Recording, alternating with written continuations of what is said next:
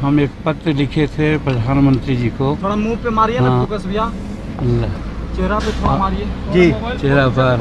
हाँ हाँ हाँ हाँ। तो पत्र लिखा था हमने, उसमें 3 इशू का हो विचार इस पर कहा था। सबसे पहले दशरथ मांझी जी जो अब पर्वत पुरुष रहे हैं, उनको भारत रत्न की उपाधि देने के लिए प्रधानमंत्री को अनुरोध किया था। और उसके बाद फिर हम लोग ने कहा था कि साहब जुडिशरी है, उसमें आरक्षण मिलना चाहिए।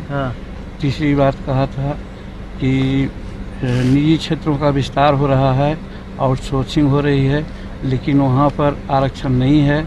इसका मतलब है कि यदि सब प्राइवेट सेक्टर में आ जाएगा तो आरक्षण नील हो जाएगा। इसीलिए 16% जो आरक्षण है उसको दिया जाए। यही 3 बिंदु पर हम लोग बात करना चाहे थे। और प्रधानमंत्री जी ने अभी नड्डा साहब को और भूपेंद्र जी को और होम मिनिस्टर को डायरेक्शन दिया था कि इन लोगों से बात कर लीजिए। वही आज बात यहाँ हुई।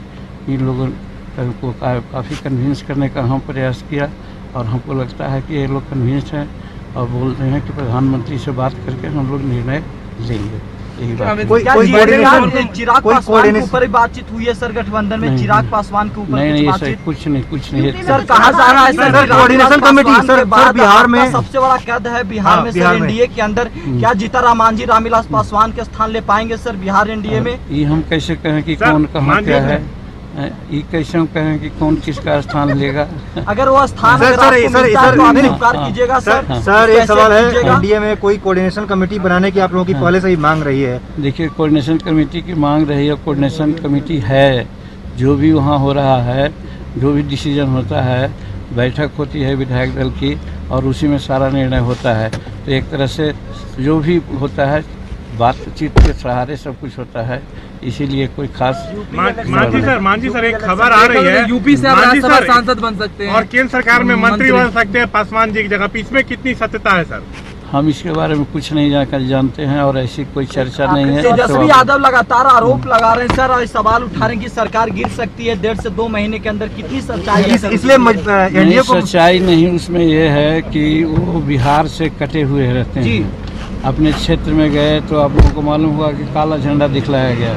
तो उन लोगों को कहा कि भाई दिल्ली में रह करके हम व्यवस्था कर रहे हैं सरकार को बदलने के लिए, आप घबराइए नहीं, आप शांत रहिए। तो ऐसे करके अपना क्षेत्र वालों को शांत किया।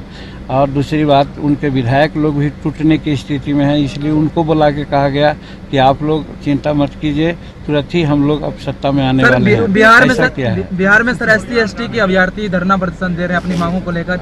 कल लाठी चार्ज भी हुआ है। नहीं तो उसमें जैसा हम अभी सुना है मंत्री जी को, शिक्षा मंत्री ने लगभग सारी मांग पूरी कर दी है। इसलिए अब वहाँ कोई औचित्य नहीं है प्रदर्शन का। और प्रदर्शन उन लोग कर रहे थे, ठीक ही कर रहे थे, तो उन लोगों का नियोजन होने वाला है। इसमें कोई यूपी चुनाव सर आप लड़ेंगे? यूपी चुनाव अभी हम लोग तय नहीं किया है कि लड़ेंगे।